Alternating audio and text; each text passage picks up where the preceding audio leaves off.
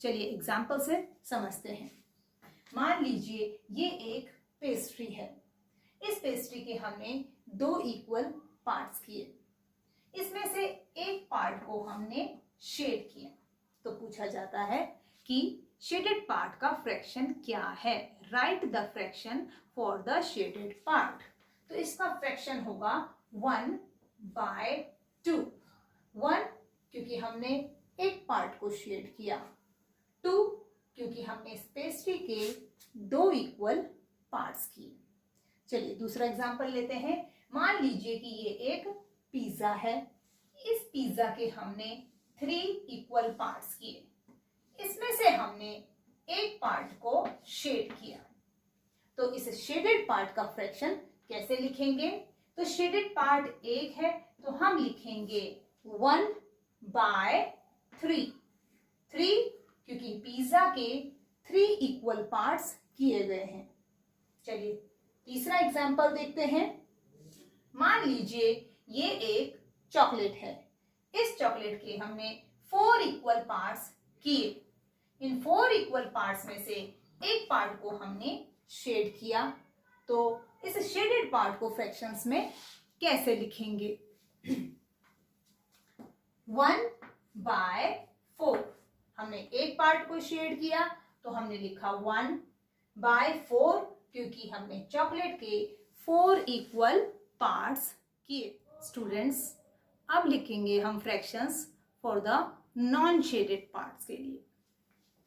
यहाँ देखिए पिक्चर में नॉन शेडेड पार्ट मीन्स जिसको हमने शेड नहीं किया।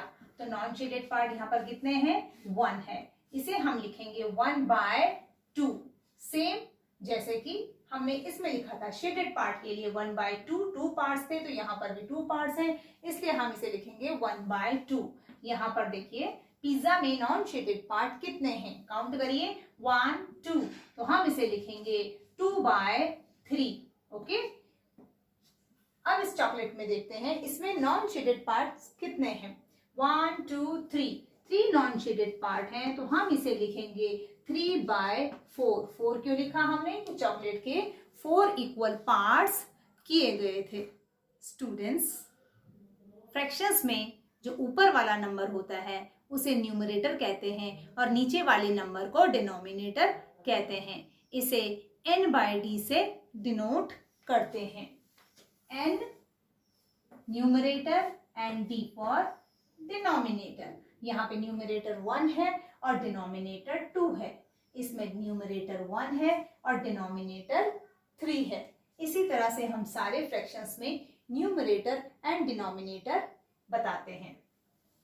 अब मैं आपको बताऊंगी कि फ्रैक्शंस को वर्ड फॉर्म में कैसे लिखते हैं। इस पेस्ट्री को देखिए, यहाँ पर हमने पेस्ट्री के 2 इक्वल पार्ट्स किए। मीन्स ये पार्ट इसका आधा पार्ट है, हाफ पार्ट है, तो हम इसे लिखेंगे 1/2। ये है 1/3 तो इसे हम लिखेंगे 1/3। इसे हम लिखेंगे 1/4।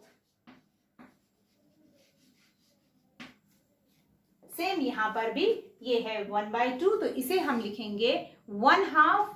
ये है आपका 2/3।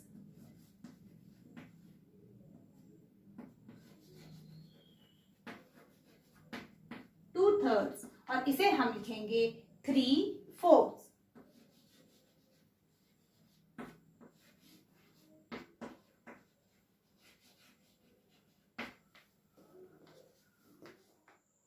स्टूडेंट्स अब मैं आपको कुछ कॉमन सी मिस्टेक बताऊंगी जो बच्चे अक्सर फ्रैक्शन लिखने में करते हैं।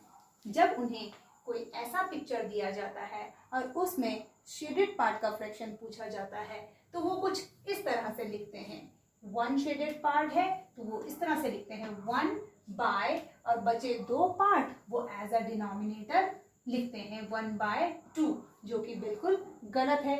1/2 का मतलब तो हाफ होता है और हाफ ये है, तो ये फ्रैक्शन आपका यहाँ पर गलत हो जाता है। तो आपको ध्यान रखना है कि डिनोमिनेटर में होल पार्ट आता है। तो आप ऐसे याद रख सकते हैं कि जब भी आप फ्रैक्शंस लिखें तो जब आप प्रैक्टिस करें रफ नोटबुक में, तो आप यहाँ पर एक पिक्चर बना सकते हैं, जो पिक्चर आपको दिया गया है, और उसको पार्ट्स में डिवाइड करके दिखाइए और उन पार्ट्स को बाद में काउंट करके लिख लीजिए। इस तरह से आपके फ्रैक्शंस कभी भी गलत नहीं होंगे।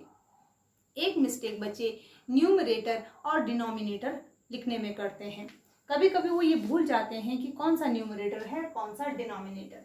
तो आप इस तरह से याद कर सकते हैं कि D4 होता है डाउन और D4 होता है डिनोमिनेटर। डाउन मीन्स नीचे वाला नंबर को डिनोमिनेटर कहते हैं। तीसरी मिस्टेक बच्चे फ्रैक्शंस की वर्ड फॉर्म लिखने में करते हैं। यहाँ देखिए, ये है 1/3, तो 1/3 लिखा, लेकिन यहाँ पर था 2/3, तो इसे 2/3 लिखा। बच्चे अक्सर यहाँ पर s लगाना भूल जाते हैं। तो आपको ध्यान रखना है कि अगर न्यूमरेटर मोर देन 1 हो, 2, 3, 4, 5, 6 कुछ भी हो, तो उसमें आपको लास्ट में s लगाना जरूरी है, क्योंकि ये मेनी पार्ट्स हैं। उम्मीद करती हूँ स्टूडेंट्स कि आपको फ्रैक्शन लिखना आ गया होगा, शेडेड पार्ट के लिए और नॉन शेडेड पार्ट के लिए, और कुछ कॉमन सी मिस्टेक्स भी आपको समझ में आ गई होंगी। अगर आपको ये वीडियो पसंद आया तो इसे लाइक करें, शेयर करें और मेरे चैनल को सब्सक्राइब करें। मिलते हैं नेक्स्ट वीडियो में।